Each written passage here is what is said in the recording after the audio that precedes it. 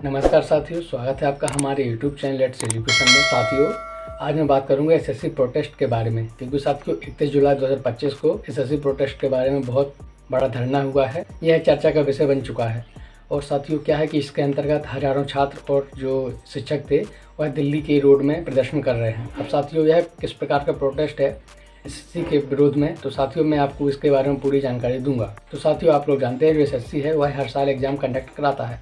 इसी में से साथियों एसएससी सीजीएल का जो एग्ज़ाम है उसमें साथियों बहुत सारी धांधलीबाजी देखने को मिली है। कहीं साथियों एग्ज़ाम सेंटर परीक्षा से एक दिन पहले चेंज कर देना, तो साथियों कहीं एग्ज़ाम सेंटर अपने क्षेत्र से बहुत दूरी क्षेत्र में स्थापित कर देना, और साथियों हमें इसमें तकनीकी गड़बड़ी भी देखने को मिली है। तो साथियों इसी प्रदर्शन के विरोध में सभी छात्र और शिक्षक जो हैं वह रोड पर प्रदर्शन कर रहे हैं। तो साथियों क्या है कि एसएससी सीजीएल में कई छात्र उम्मीद लेकर आते हैं कि हम लोग अभी जॉब करेंगे, अपने घर का जो सपना है वह पूरा करेंगे। इस कारण साथियों क्या है कि उनकी उम्मीदें टूटती हैं, और साथियों इस पर से उनका विश्वास उठ चुका है कि यह जो परीक्षा हो रही है इसमें कोई गड़बड़ी देखने को मिलती है। साथियों 31 जुलाई को हेडक्वार्टर और जंतर मंतर में बहुत तनावपूर्ण माहौल रहा है, क्योंकि साथियों इसमें हजारों संख्या में स्टूडेंट और साथ में शिक्षक अपना जो प्रदर्शन है वह जारी किए हैं। इसमें साथियों हजारों स्टूडेंट शांतिपूर्ण विरोध कर रहे थे, जिसमें साथियों पुलिस ने लाठीचार्ज करके इनको हिरासत में ले लिया। तो साथियों इसमें से जो कई बड़े बड़े सर थे, यानी जैसे साथियों नीतू मैम हो गई और संजीव सर हो गए, तो साथियों इन्हें भी साथ में स्टूडेंट के हिरासत में ले लिया गया है।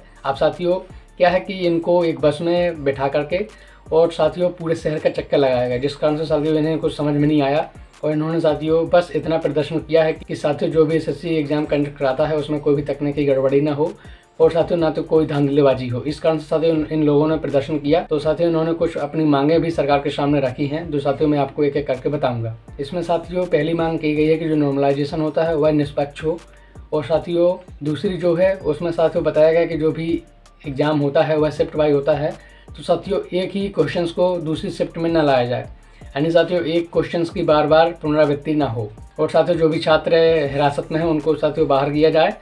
और इसमें साथियों क्या है कि जो भी तकनीकी गड़बड़ियाँ होती हैं उन एजेंसियों को प्रॉपरली इसमें से हटाया जाए, और जो साथियों प्रशासन है वह छात्रों की सीधी बात सुने। इस कारण साथियों इसका प्रदर्शन धरा गया है, ताकि साथियों आगे चल के एसएससी में कोई भी गड़बड़ी ना हो। साथियों छात्रों का कहना है कि जो एग्जाम सेंटर होता है वह हमारे क्षेत्र से बहुत दूर होता है, जिस कारण साथियों हमें आने जाने में बहुत परेशानी होती है, और साथियों क्या है कि उनका खर्च भी होता है।